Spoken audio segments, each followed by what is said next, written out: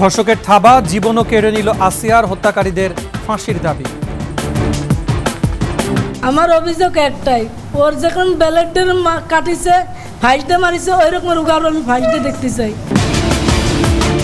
আসামিদের দ্রুত বিচারের নির্দেশ প্রধান উপদেষ্টার, 7 দিনের মধ্যে বিচার শুরু জানালেন আইন উপদেষ্টা।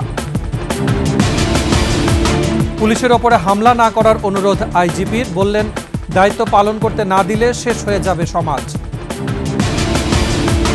বাংলাদেশের অভ্যন্তরীণ বিষয়ে ভারতকে হস্তক্ষেপ না করার আহ্বান পররাষ্ট্র মন্ত্রণালয়। ধূম্রজাল সৃষ্টি করছে নতুন দল, বিলম্বিত করতে চায় নির্বাচন, একান্ত সাক্ষাৎকারে সালাউদ্দিন।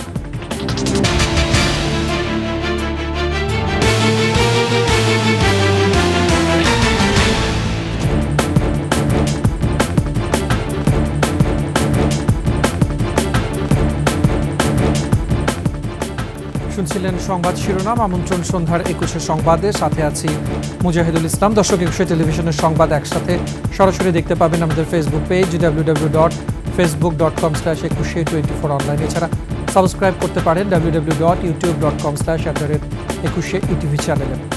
এছাড়া সংবাদে আরও যা থাকছে। 4 দিনের সফরে ঢাকায় জাতিসংঘ মহাসচিব, সফরে গুরুত্ব পাবে মানবাধিকার ও রোহিঙ্গা ইস্যু।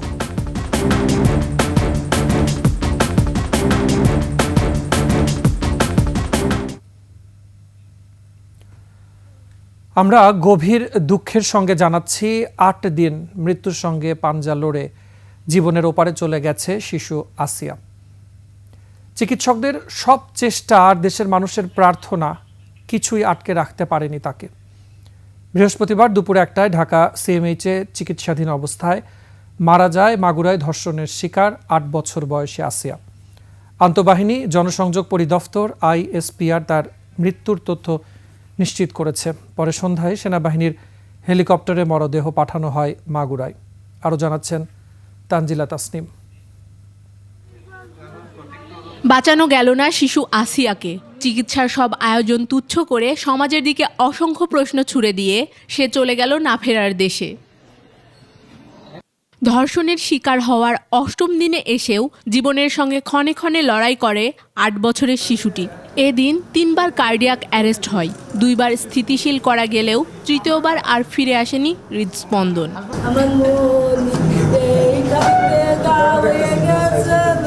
নিষ্ঠুরভাবে ধর্ষণ করা আসিয়ার ধর্ষকদের সর্বোচ্চ শাস্তির দাবি করেছেন সন্তান হারানো মা। ওরকম মৃত্যু চাই, আমার মনে যেরকম প্লেটে কাটছে, গলায় ফাঁস দিয়েছে, ঠিক সেরকম বিচার চাই আমি আপনাদের কাছে। ওইরকম ফাঁসি দিয়ে যেন ওর মারে, ওইরকম যেন ওর প্লেটে কাটে। আমার যে না আমার লোককে যে কষ্ট দিচ্ছে না, আমি নিজে ইচ্ছা দেখতে চাই এরকম ফাঁস দিয়ে মোরা। মৃত্যুর খবর পেয়ে ঢাকা সিএমএইচে আসেন জাতীয় নাগরিক পার্টির নেতা হাসনাত আবদুল্লাহ, সার্জিস আলম, জুলাই আন্দোলনের চেনা মুখ উমামা ফাতেমা। আমাদের বোনকে আমরা যেভাবে হারালাম, এর জন্য যারা দায়ী তাদের সর্বোচ্চ দৃষ্টান্তমূলক যে শাস্তি, মৃত্যুদণ্ড, সেটাকে যে কোনোভাবে, যে 90 দিনের একটা সময় দেওয়া হয়েছে বেঁধে, এটার মধ্যে শেষ করা। পরে সেনাবাহিনীর হেলিকপ্টারে শিশু আসিয়ার মরদেহ নিয়ে যাওয়া হয় মাগুরার গ্রামের বাড়িতে। তানজিলা তাসনিম, 21 টেলিভিশন, ঢাকা। এই পৃথিবীর আলো ছেড়ে অনন্তর পথে যাত্রা শিশু আসিয়ার। তার মৃত্যুর খবরে আহাজারি আর কান্নায় ভারী হয়ে উঠেছে মাগুরার শ্রীপুরের জারিয়া গ্রাম। বারবার মূর্ছা যাচ্ছেন তার বাবা।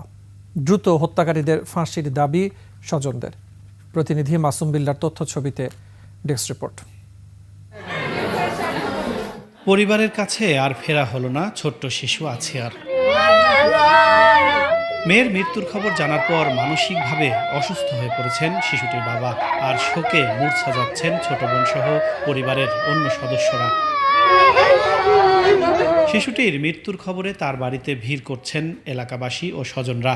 এত ছোট শিশুর সঙ্গে এমন পাশবিক ব্যবহারের ঘটনায় দোষীদের কঠোর শাস্তি চান তারা। মনির জাম্মা মৃত্যু সাত করেছে, এরাও ওইভাবে মৃত্যু সাত। এদিকে ধর্ষণের ঘটনায় অপরাধীদের দৃষ্টান্তমূলক শাস্তি দাবি করে আজও শহরের ভায়ানা মোড়ে বিক্ষোভ অনুষ্ঠিত হয়। Firoz Hossain, desk report, 21 television. দর্শক, মাগুরায় আসিয়ার গ্রামের বাড়ি শ্রীপুর উপজেলার নোমানী মাঠে আছেন প্রতিনিধি মাসুম বিল্লাহ। আমরা চলে যাচ্ছি সেখানে, জানবো সর্বশেষ খবর। মাসুম, আমরা ইতিমধ্যে জানি যে মরদেহ পৌঁছেছে, জানাজা হয়েছে কিনা, এলাকাবাসী এবং স্বজনরা কি বলছেন?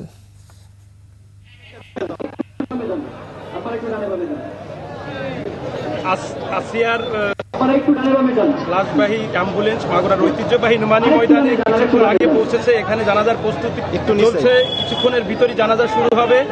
এখানে যারা ঢাকা থেকে দুটি হেলিকপ্টারে এসেছেন, প্রথম হেলিকপ্টারে এসেছেন সার্জিস আলম, হাসনাত আবদুল্লাহ সহ মামুনুল হক সহ, এবং দ্বিতীয় হেলিকপ্টার তার আধা ঘন্টা পরে মাগুরার স্টেডিয়ামে এসে পৌঁছানোর পর কিছুক্ষণ আগে ঐতিহ্যবাহী নোমানী ময়দানে পূর্ব ঘোষণা অনুযায়ী আসিয়ার লাশ নিয়ে আসা হয়।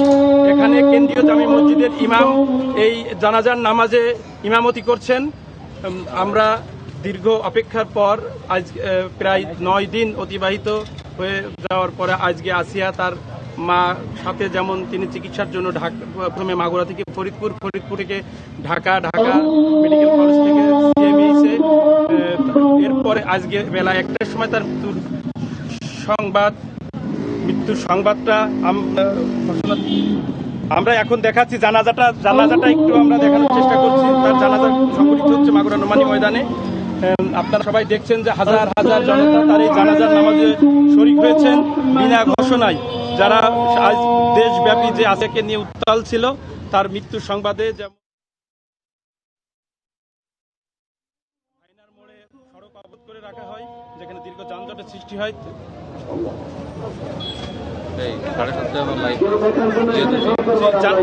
জানাজার নামাজ এইমাত্র শেষ হলো।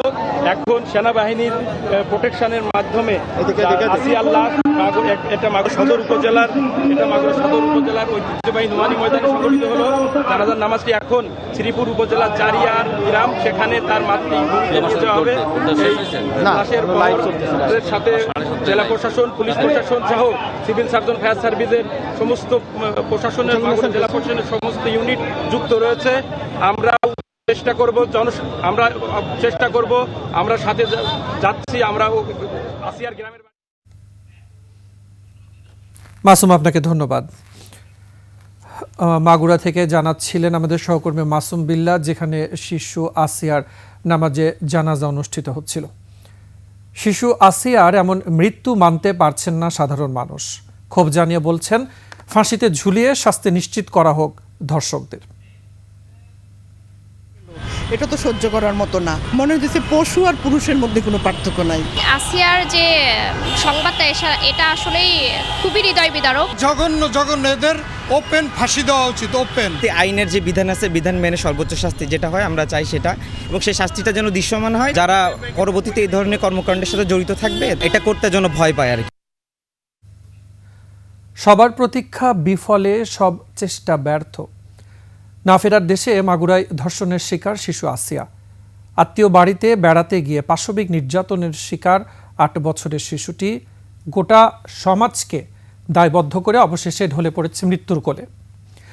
শিশু আসিয়াকে ধর্ষণের পর তার মৃত্যুর সাথে লড়াই 8 দিনের ঘটনাক্রম জানাচ্ছেন আদিত্য মামুন।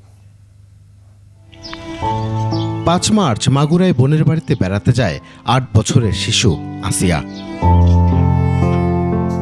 ওই রাতেই বোনের পাশ থেকে ঘুমন্ত আসিয়াকে তুলে নিয়ে যাওয়া হয় পার্শ্ববর্তী ক্ষেতে। সেখানে বোনের শ্বশুর সহ অন্তত 3 জন শিশুটিকে ধর্ষণ করে। এরপর এনে বোনের পাশে শুইয়ে রাখে ধর্ষকরা। পরদিন 6 মার্চ তীব্র রক্তক্ষরণে অচেতন আসিয়ার শীতল দেহটি নিয়ে আসা হয় মাগুরা হাসপাতালে। অবস্থার কোনো পরিবর্তন না হলে নেওয়া হয় ফরিদপুর মেডিকেলে। সেখানেও কোনো উন্নতি, এমনকি চেতনা না ফেরায় আনা হয় ঢাকা মেডিকেল কলেজ হাসপাতালে। ধর্ষণে মূর্ছা যাওয়া শিশু আসিয়াকে রাখা হয় ঢাকা মেডিকেলের লাইফ সাপোর্টে। এরপরও অবনতির দিকে যেতে থাকে শিশুটি। নারকীয় নির্যাতনের শিকার আসিয়াকে 8 মার্চ ঢাকা সম্মিলিত সামরিক হাসপাতালে নেওয়া হয়। চিকিৎসা পরিচালনায় সম্মিলিত সামরিক হাসপাতাল কর্তৃপক্ষ গঠন করে 8 জন বিশেষজ্ঞ চিকিৎসকের নেতৃত্বে মেডিকেল বোর্ড। সার্জিক্যাল, স্ত্রীরোগ ও প্রসূতি, প্লাস্টিক সার্জন, শিশু নিউরোলজি, অ্যানেস্থেশিয়া, শিশু হৃদরোগ বিভাগ, ইউরোলজি এবং থোরাসিক বিভাগের চিকিৎসকরা এখানে প্রায় 6 দিন প্রাণান্ত চেষ্টা করেও বাঁচাতে পারেননি অভিমানী আসিয়াকে। ধর্ষণের পর থেকে মৃত্যু পর্যন্ত অচেতনই ছিল শিশু আসিয়া। মৃত্যুর ঠিক আগে 3 বার কার্ডিয়াক অ্যারেস্ট হয়। 2 বার স্থিতিশীল রাখা গেলেও শেষবার আর রক্ষা হয়নি আসিয়ার। সমাজের প্রতি হাজারো অব্যক্ত প্রশ্ন ছুড়ে দিয়ে মাত্র 8 বছর বয়সে পৃথিবী থেকে নিজেকে সরিয়ে নেয় শিশু আসিয়া। আদিত্য মামুন, 21 টেলিভিশন, ঢাকা। মাগুরায় ধর্ষণের শিকার শিশুটির মৃত্যুতে শোক প্রকাশ করেছেন প্রধান উপদেষ্টা। একই সঙ্গে দ্রুত দায়ীদের বিচারের মুখোমুখি করার নির্দেশনা দিয়েছেন বলে জানিয়েছেন প্রেস সচিব শফিকুল আলম। উনি তো আজকে শোক প্রকাশ করেছেন এই মৃত্যুতে এবং উনি কঠোরভাবে নির্দেশ দিয়েছেন যে এদেরকে যারা যারা অভিযুক্ত তাদেরকে যাতে খুব দ্রুত বিচারের আওতায় আনা হয়। মাগুরায় শিশুকে ধর্ষণের ঘটনায় 7 দিনের মধ্যে বিচার কাজ শুরু হবে বলে জানিয়েছেন আইন উপদেষ্টা অধ্যাপক ডক্টর আসিফ নজরুল। বলেছেন, বিশেষ ব্যবস্থায় আজই ময়নাতদন্ত রিপোর্ট পাওয়ার পর সর্বোচ্চ দ্রুততার সঙ্গে মামলার বিচার শেষ করা হবে। মইফুর রহমানের রিপোর্ট। মাগুরায় ধর্ষণের শিকার শিশুর মৃত্যুর পর সচিবালয়ে জরুরি সংবাদ সম্মেলনে আসেন আইন উপদেষ্টা। আপনারা সবাই জানেন যে বলেন, শিশু আসিয়াকে ধর্ষণের ঘটনায় পোস্টমর্টেম রিপোর্ট সহ সকল তথ্য নিয়ে খুব দ্রুত বিচার কাজ শেষ করা হবে। আমরা আশা করছি 7 দিনের মধ্যে বিচার কাজ শুরু হবে। আমাদের বিচারক ওনারা সর্বোচ্চ দ্রুততার সাথে ন্যায় বিচার নিশ্চিত করে এই বিচার করতে পারবেন, কারণ এখানে এত পারিপার্শ্বিক এত সাক্ষ্য রয়েছে, ডিএনএ টেস্ট পাওয়া যাবে, তারপর হচ্ছে পোস্টমর্টেম রিপোর্ট পাওয়া যাবে। ফলে আমরা আশা করছি খুব দ্রুততম সময়ে এই মামলার বিচার হবে। আসিয়া সহ ধর্ষণের ঘটনায় দেশে কেউ অস্থিতিশীল পরিস্থিতি তৈরি করতে চেষ্টা করলে সরকার প্রয়োজনীয় পদক্ষেপ নেবে। এই ইস্যুকে কেন্দ্র করে যারা দেশে নৈরাজ্য সৃষ্টি করতে চায়, আপনারা তাদের দিকে লক্ষ্য রাখবেন।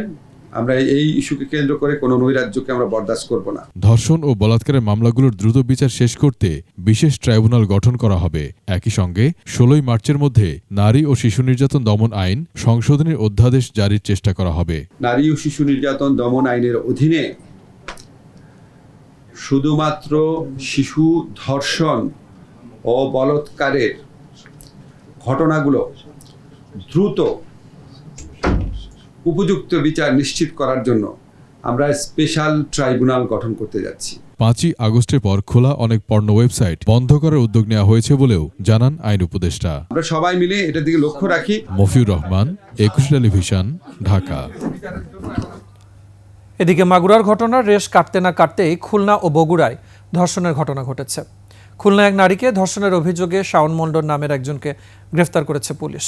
দুপুরে তাকে কারাগারে পাঠানো হয়। পুলিশ জানায়, শাওনের সাথে মেয়েটির প্রায় 3 বছর ধরে ফেসবুকে পরিচয় হয়। গত 12 মার্চ শাওনের সাথে দেখা করতে মেয়েটি ভোলা থেকে খুলনায় আসে। শাওন তাকে বাবা মায়ের সাথে দেখা করানোর কথা বলে ধর্ষণের চেষ্টা করে। এই ঘটনায় স্বজনরা মামলা করলে শাওনকে গ্রেফতার করে পুলিশ। মেয়েটিকে খুলনা মেডিকেল কলেজ হাসপাতালের ওসিসিতে পাঠানো হয়েছে। এদিকে বগুড়ায় নিজের খালুর বিরুদ্ধে 28 বছর বয়সী এক শারীরিক প্রতিবন্ধীকে ধর্ষণের অভিযোগ উঠেছে। ঘটনার পর থেকে পলাতক আছেন অভিযুক্ত হাসান আলী। সারা দেশে ধর্ষণ, নারী নির্যাতন, মোরাল পুলিশিং ছাড়াও বিচারহীনতা সংস্কৃতির বিরুদ্ধে আজও বিক্ষোভ করেছেন ঢাকা বিশ্ববিদ্যালয়ের শিক্ষার্থীরা। বৃহস্পতিবার দুপুরের দিকে রাজু ভাস্কর্যের পাদদেশে এই কর্মসূচি পালন করেন ঢাকা বিশ্ববিদ্যালয়ের গণযোগাযোগ ও সাংবাদিকতা বিভাগের শিক্ষার্থীরা। এ সময় তারা অভিযোগ করে বলেন, প্রতিদিনই কেউ না কেউ ধর্ষণ বা নির্যাতনের শিকার হচ্ছেন। ধর্ষকের থাবা থেকে বাদ পড়েনি শিশু আসিয়াও। এমনকি পুরুষ ধর্ষণের মতো ঘটনায় আরও পরিষ্কার হয়েছে যে এখন কারো নিরাপত্তা নেই। এর আগে অন্য আরেকটি বিভাগের শিক্ষার্থীরাও ধর্ষণের প্রতিবাদে মানববন্ধন ও র্যালি করেন। আজকে আমাদের মা বোন সকলের নিরাপত্তার যে বিস্তারটা রয়েছে, এগুলো যত তাড়াতাড়ি সম্ভব কায়েম করুন। এই অন্তর্বর্তীকালীন সরকার কি করছে? আমরা ওদের কি রক্তের উপর দিয়ে ওদেরকে বসতে দিয়েছি সরকারে? ওরা কি ক্ষমতায় কি চর্চা করছে? এই বিচারহীনতা সংস্কৃতি আমরা মানি না। বিচারহীনতা সংস্কৃতি, মোরাল পলিসি, নারী নির্যাতন এবং শিশু নির্যাতন, সর্বোপরি একজন জনগণের নিশ্চয়তা হিসেবে আমি নারী নই, পুরুষ নই, একজন মানুষ হিসেবে সেই দাবি নিয়ে আজকে দাঁড়িয়ে। নারী হোক বা পুরুষ হোক, তার যা ইচ্ছা সে তা করবে, তার যা ইচ্ছা সে সেখানে যাবে এবং সরকারকে সেই নিরাপত্তা নিশ্চিত করতে হবে। যদি সরকার সেই নিরাপত্তা দিতে না পারে তাহলে আমি বলবো সেই সংশ্লিষ্ট মন্ত্রণালয়ের উপদেষ্টাকে অবশ্যই পদত্যাগ করতে হবে।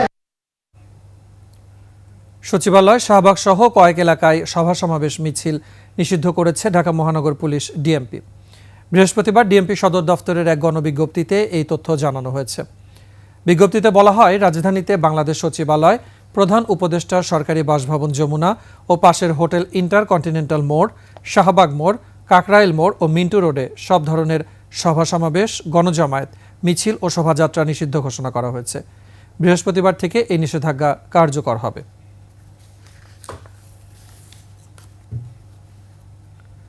পুলিশের উপরে আক্রমণ না করতে দেশবাসীর কাছে অনুরোধ জানিয়েছেন আইজিপি বাহারুল আলম। বলেছেন, পুলিশকে কাজ করতে দেন, অনুগ্রহ করে আক্রমণ করবেন না। গাজীপুরের মোগরখাল এলাকায় শিল্প পুলিশ কার্যালয়ে এক সভায় প্রধান অতিথির বক্তব্যে এসব কথা বলেন পুলিশ প্রধান। প্রতিনিধি অপূর্ব রায়ের তথ্যচিত্রে ডেস্ক রিপোর্ট। গত 6 মাসে সারা দেশে 225টি মব জাস্টিস সহ হামলার শিকার হয়েছে খোদ পুলিশ। বেশিরভাগ ক্ষেত্রেই মব তৈরি করে পুলিশের উপর হামলার ঘটনা ঘটেছে।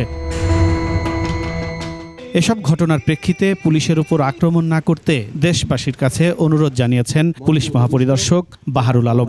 সমাজের সকলের প্রতি আবার আমার আহ্বান, আপনারা পুলিশকে সহায়তা করুন, কাজের পরিবেশ তৈরি করুন, পুলিশকে প্রতিপক্ষ ভাববেন না, পুলিশের প্রতি আক্রমণ করবেন না। পুলিশ কাজ করতে না পারলে সুষ্ঠু নির্বাচনের দিকে কিভাবে আগাবেন বলে দাবি করেন আইজিপি। বর্তমানে শান্তি শৃঙ্খলা রক্ষা, মানুষের জনজীবন যেন সুন্দরভাবে চলে, এই সব জায়গা অনেকেই চেষ্টা করবেন যে এখানে যেন অস্থিরতা তৈরি হয়, তাদেরকে প্রতিহত করাই আমাদের কাজ। ঈদে মানুষের চুরি ছিনতাই সহ জনগণের নিরাপত্তায় সারা দেশে বিশেষ নজরদারি থাকবে বলেও জানান আইজিপি। যেন কোনো বিঘ্ন না ঘটে তার জন্য শিল্প police, traffic police, Gazipur metropolitan police এবং ঢাকা মেট্রোপলিটন পুলিশ নিরলসভাবে কাজ করে যাচ্ছে। Firoz Hossain, desk report, 21 television. হাসিনার আমলে নির্মিত মডেল মসজিদের অঢেল দুর্নীতির প্রমাণ পেয়েছে সরকার। উপদেষ্টা পরিষদের বৈঠক শেষে প্রধান উপদেষ্টার প্রেস সচিব শফিকুল আলম বলেন, জনগণের টাকায় নির্মিত এসব মসজিদ নির্মাণে ব্যয় হয়েছে দ্বিগুণেরও বেশি। বৈঠকে 2026 সালে এলডিসির তালিকা থেকে উত্তরণের সিদ্ধান্ত হয়েছে বলেও জানান তিনি। মেহেদী হাসানের রিপোর্ট। জনগণের ধর্মীয় অনুভূতিকে কাজে লাগাতে মেয়াদের শেষ সময়ে এসে দেশজুড়ে 560টি মডেল মসজিদ নির্মাণের উদ্যোগ নেয় হাসিনা সরকার। এতে সৌদি আরব অর্থায়ন করবে বলেও সে সময় প্রচার করা হয়েছিল। বৃহস্পতিবার প্রধান উপদেষ্টা ডক্টর মোহাম্মদ ইউনূসের সভাপতিত্বে উপদেষ্টা পরিষদের বৈঠকে এ নিয়ে আলোচনা হয়। বৈঠক শেষে প্রেস ব্রিফিংয়ে শফিকুল আলম জানান, এসব মসজিদ সম্পূর্ণভাবে সরকারি টাকায় নির্মিত হয়েছে ব্যাপক দুর্নীতি, যা খতিয়ে দেখছে তদন্ত কমিটি। আমরা দেখেছি যে এটা একটা কস্টিং 15 থেকে 17 কোটি টাকা লেগেছে, সেটা হয়তো বা 7-8 কোটি টাকায় করা যেত। ধর্ম মন্ত্রণালয় এটার একটা ইনভেস্টিগেট করার জন্য একটা কমিটি করে দিয়েছেন। এই মসজিদ নির্মাণে কি পরিমাণ করাপশন হয়েছে, এটার মধ্যে কি ধরনের অন্যায় অনাচার হয়েছে, সেগুলো তারা ইনভেস্টিগেট করে দেখবেন। 1.5 দশকে দেশে উৎপাদন প্রবৃদ্ধি সহ সরকারের অধিকাংশ তথ্য উপাত্তই ছিল ফোলানো ফাঁপানো, তাই এলডিসি গ্র্যাজুয়েশন পেছানোর দাবি উঠেছিল। তবে এ নিয়ে অনেক পর্যালোচনার পর পূর্ব ঘোষিত সময়ে এলডিসি গ্র্যাজুয়েশনের সিদ্ধান্ত সরকারের। আমাদের একটা কমিটি করে দেওয়া হয়েছিল, তারা বিভিন্ন এক্সপার্টের সাথে কথা বলেছেন। প্রফেসর ইউনূস নিজের ক্যাপাসিটিতে অনেকের সাথে কথা বলেছেন। তো এটার পরে যেটা পুরো ইন্টারিম গভর্নমেন্টের কনক্লুশন হচ্ছে যে আমরা আগামী বছর এলডিসি গ্র্যাজুয়েশন করব। সরকারি অফিসগুলোতে শূন্য পদে দ্রুতই জনবল নিয়োগের নির্দেশ দিয়েছেন প্রধান উপদেষ্টা। প্রচুর জনবল নিয়োগ করা যায়। মেহেদী হাসান, 21 টেলিভিশন, ঢাকা। আইন শৃঙ্খলার চরম অবনতি হতাশ করে তুলছে জনগণকে, অথচ সেদিকে দৃষ্টি না দিয়ে অন্তর্বর্তী সরকার ক্ষমতা দীর্ঘায়িত করার পরিকল্পনা করছে। একুশে টেলিভিশনকে দেওয়া সাক্ষাৎকারে এমনটাই বললেন বিএনপির স্থায়ী কমিটির সদস্য সালাউদ্দিন আহমেদ। এছাড়া রাজনীতির ডিকশনারির কথাগুলো অসংলগ্নভাবে উপস্থাপন করে নতুন দল ধূম্রজাল সৃষ্টি করছে বলে মনে করেন বিএনপির এই সিনিয়র নেতা। মাহিলা ইসলামের রিপোর্ট। ফ্যাসিস্ট সরকারের পতন হলেও গেল 7 মাসে দেশের আমূল কোনো পরিবর্তন দৃশ্যমান নয়। সাম্প্রতিক ঘটনাবলী ও রাজনৈতিক বাস্তবতা নিয়ে একুশে টেলিভিশনের সঙ্গে কথা বলেন বিএনপির স্থায়ী কমিটির সদস্য সালাউদ্দিন আহমেদ। অন্তর্বর্তী সরকারের দেশ পরিচালনা নিয়ে খোলামেলা সমালোচনা করেন বিএনপির এই সিনিয়র নেতা। প্রায় 7 মাস পার হলো, তাতে করে লক্ষ্য করা যায় তারা সরকার সঠিকভাবে দক্ষভাবে পরিচালনা করতে পারেনি এবং আইন শৃঙ্খলা পরিস্থিতির, দ্রব্যমূল্য পরিস্থিতি সবকিছু মিলিয়ে মানুষের মধ্যে একটা ইমপ্রেশন, একটা ভাব মানুষ ইতিমধ্যে এই সরকার সম্পর্কে মানুষের মনে জাগরিত হয়েছে যে এরা রাষ্ট্র পরিচালনা করতে পারবে না সঠিকভাবে। জনস্বার্থ সংশ্লিষ্ট ইস্যুতে সরকারকে মনোযোগ দেওয়ার তাগিদ দিয়ে অবস্থান পরিষ্কার করেন তার দল বিএনপির। সরকার হয় তারা এই জাতীয় ইস্যুগুলোতে, জনগণের স্বার্থ সংশ্লিষ্ট সমস্ত ইস্যুগুলোতে, যেগুলোতে জাতীয় ভাবমূর্তি ক্ষুণ্ণ হচ্ছে অনেকটা, সেই ইস্যুগুলোকে তারা অ্যাড্রেস করবেন, অথবা তারা জাতির সামনে খোলাসা করে বলবেন যে তারা কি করতে চান। উদ্বেগ প্রকাশ করেন দেশের রাজনীতিতে মৌলবাদী গোষ্ঠীর পদচারণা নিয়ে। মৌলবাদীদের পদচারণা লক্ষ্য করা যাচ্ছে, যারা ধর্মীয় উন্মাদনা সৃষ্টির মধ্য দিয়ে মানুষের স্বাভাবিক জীবনযাত্রাকে ব্যাহত করতে চায়। সাধারণ মানুষের ধর্মীয় অনুভূতিতে আঘাত লাগার মতো কোনো কর্মকাণ্ডকে অবশ্যই আমরা প্রশ্রয় দেব না। তবে ধর্মীয় উগ্রবাদ কখনো বাংলাদেশে মাথাছাড়া দিয়ে উঠুক, সেটাও দেশের জনগণ চায় না। কথা বলেন নতুন দলের সেকেন্ড রিপাবলিকের দাবি ও গণপরিষদ নির্বাচন নিয়েও। নতুন দলের আত্মপ্রকাশ হয়েছে, নতুন বন্ধুরা কয়েকটি কথা বলেছেন, সেটা রাজনীতির ডিকশনারিতে যে শব্দ এবং সংজ্ঞাগুলো আছে সেগুলো তারা অসংলগ্নভাবে উপস্থাপন করে একটা ধূম্রজাল সৃষ্টি করেছেন বলে আমার মনে হয়। মাহিলা ইসলাম, একুশে টেলিভিশন, ঢাকা। ছাত্রদের নতুন দলকে জাতীয় নির্বাচন নিয়ে মতভেদ সৃষ্টি না করার আহ্বান জানিয়েছেন বিএনপি চেয়ারপারসনের উপদেষ্টা জয়নুল আবদিন ফারুক। জাতীয় প্রেস ক্লাবের সামনে ফ্যাসিস্ট সরকারের আমলে সাবেক প্রধান নির্বাচন কমিশনারদের গ্রেফতারের দাবিতে প্রতিবাদী অবস্থান কর্মসূচিতে তিনি বলেন, মত ভিন্ন থাকতে পারে, তবে নিজেদের মধ্যে সমালোচনা করতে গিয়ে যেন ঐক্য নষ্ট না হয়। ফ্যাসিস্ট সরকারের আমলে দায়িত্বপ্রাপ্ত 3 জন প্রধান নির্বাচন কমিশনারের গ্রেফতারের দাবি জানিয়ে তিনি বলেন, দেশকে স্থিতিশীল করতে দরকার জাতীয় নির্বাচন। আপনার রক্তে, সহযোদ্ধার রক্তে অর্জিত এই স্বাধীনতা, অনুগ্রহ করুন নতুন দল নিয়ে মাঠে মাঠে যান, নিজের জনপ্রিয়তা যাচাই করুন। আসুন, ভাইয়ে ভাইয়ে আর রক্তক্ষরণ করতে চাই না। গণতন্ত্রের জন্য একই মাঠে থাকি, স্বাধীনতা রক্ষার জন্য একই মাঠে থাকি। নির্বাচন ব্যবস্থা ও সংখ্যালঘু সহ বাংলাদেশের অভ্যন্তরীণ বিষয়ে ভারতকে কোনো হস্তক্ষেপ বা মন্তব্য করা থেকে বিরত থাকার আহ্বান জানিয়েছে পররাষ্ট্র মন্ত্রণালয়। নিয়মিত ব্রিফিংয়ে সম্প্রতি বাংলাদেশ নিয়ে ভারতের পররাষ্ট্রমন্ত্রীর মন্তব্যকে অযাচিত বলে মন্তব্য করেছেন পররাষ্ট্র মন্ত্রণালয়ের মুখপাত্র। সীমান্তে হত্যা বন্ধে বিজিবি বিএসএফ বৈঠকে আলোচনা হয়েছে বলেও জানায় মন্ত্রণালয়। জাতিসংঘ মহাসচিবের বাংলাদেশ সফরে রোহিঙ্গা সংকট সমাধানে আন্তর্জাতিক সহযোগিতা জোরালো হবে বলে আশা প্রকাশ করেন মুখপাত্র। গত 7 মার্চ 2025 তারিখে ভারতের পররাষ্ট্র মন্ত্রণালয়ের মুখপাত্র যে মন্তব্য করেছেন সেটি আমাদের দৃষ্টিগোচর হয়েছে। বাংলাদেশের নির্বাচন, সার্বিক আইন শৃঙ্খলা, সংখ্যালঘু সম্পর্কিত বিষয়সমূহ নিয়ে মন্তব্য করা হয়েছে। বাংলাদেশ মনে করে এই বিষয়সমূহ একান্তই বাংলাদেশের অভ্যন্তরীণ বিষয় এবং এই ধরনের মন্তব্য অযাচিত এবং অন্য দেশের অভ্যন্তরীণ ইস্যুতে হস্তক্ষেপের শামিল। এই ধরনের মন্তব্য বিভ্রান্তিকর এবং বাস্তবতার ভুল প্রতিফলন। প্রধান উপদেষ্টার আমন্ত্রণে 4 দিনের সফরে ঢাকায় এসেছেন জাতিসংঘের মহাসচিব অ্যান্তোনিও গুতেরেস। বিকেলে হযরত শাহজালাল আন্তর্জাতিক বিমানবন্দরে তাঁকে স্বাগত জানান পররাষ্ট্র উপদেষ্টা তৌহিদ হোসেন।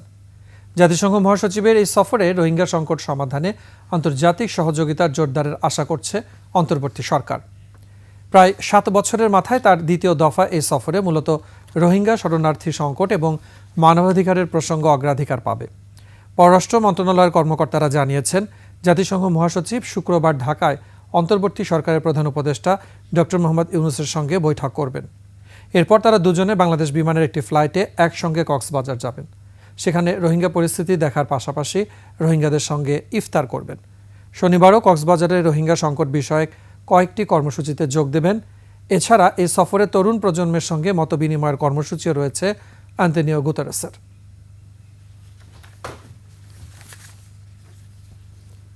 এক সাম্রাজ্যের অন্ধকার জগতের গল্প, যেই সাম্রাজ্য চলত একটি পরিবারের ইচ্ছায়, ওসমান পরিবার। তাদের হুকুম বাস্তবায়নে ছিল পাইক পেয়াদা আর জনতাকে মনে করত কেনা গোলাম। তবে সেই পতন হয়েছে সেই সাম্রাজ্যের, পালিয়ে গেছে পুরো পরিবার। নারায়ণগঞ্জ প্রতিনিধি রবিউল ইসলামের সহায়তায় আব্দুর রাজ্জাকের ক্যামেরায় বিস্তারিত জানাচ্ছেন আলী আহমেদ। একটাই ম্যাচ ছিল ভাই, আমি সহ্য করতে পারি না ভাই।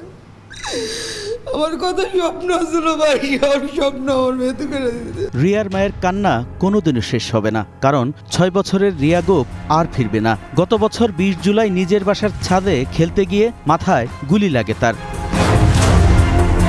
5 দিন মৃত্যুর সাথে লড়াই করে ঢাকা মেডিকেলে মারা যায় ফুটফুটে এই শিশু। স্থানীয়দের দাবি, রিয়ার মৃত্যুর জন্য দায়ী শামীম ওসমান ও তার দোসররা। তাদের গুলিতে রিয়া নামে একজন শিশু গুলিবিদ্ধ হয়ে মারা গেছে, জালগুড়িতে 3-4 জন মারা গেছে। শুধুই কি জুলাই বিপ্লবের সময়? না, সাম্রাজ্য টিকিয়ে রাখতে হত্যা ছিল ওসমান পরিবারের প্রধান অস্ত্র। ওসমান পরিবার নারায়ণগঞ্জে একটি অপরাধের সাম্রাজ্য তৈরি করেছিল, যে সাম্রাজ্যের সম্রাট ছিলেন শামীম ওসমান। আমরা তো অনেক ছোটবেলার খেলোয়াড় রে ভাই। ওসমান পরিবারের সদস্যদের মধ্যে খুন খারাপিতে সবচেয়ে বেশি আলোচিত হন নাসিম ওসমানের বড় ছেলে আজমেরি ওসমান। অন্তত 16টি হত্যার সাথে জড়িত থাকার অভিযোগ নিয়ে শহর দাপিয়ে বেড়াতেন তিনি। কোনো হত্যাকাণ্ডের মামলাতে আজমেরির নাম নাই। নারায়ণগঞ্জের রাইফেলস ক্লাব ছিল ওসমান পরিবারের চাঁদাবাজি নির্যাতনের অন্যতম কেন্দ্র। ছাত্র জনতার অভ্যুত্থান দমাতে সাঙ্গপাঙ্গদের নিয়ে এখান থেকে অস্ত্র নিয়ে বের হতেন নিয়ম করে।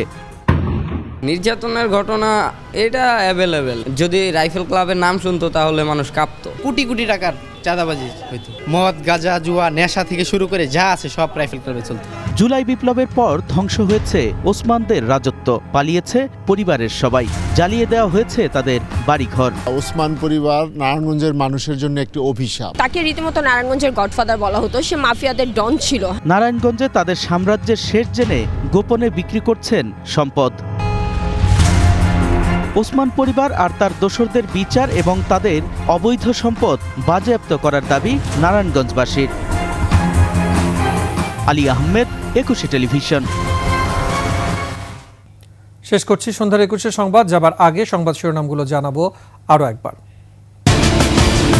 ধর্ষকের থাবা, জীবনও কেড়ে নিল আসিয়ার, নোমানী মাঠে জানাজা।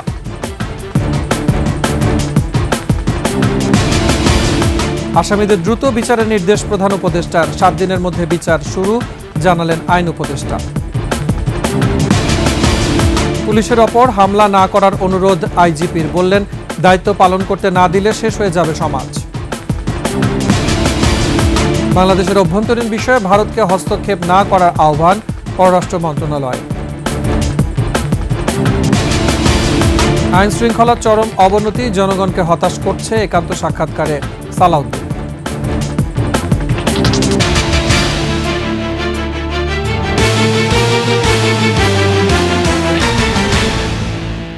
সর্বশেষ সংবাদ জানতে ডায়াল করুন 2021 নম্বর আর ভিজিট করুন ekushe-tv.com ওয়েবসাইটে।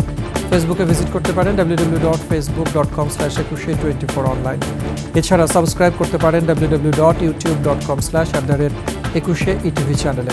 এতক্ষণ সাথে থাকার জন্য ধন্যবাদ। পরবর্তী সংবাদ রাত 9টায় দেখার আমন্ত্রণ রইল।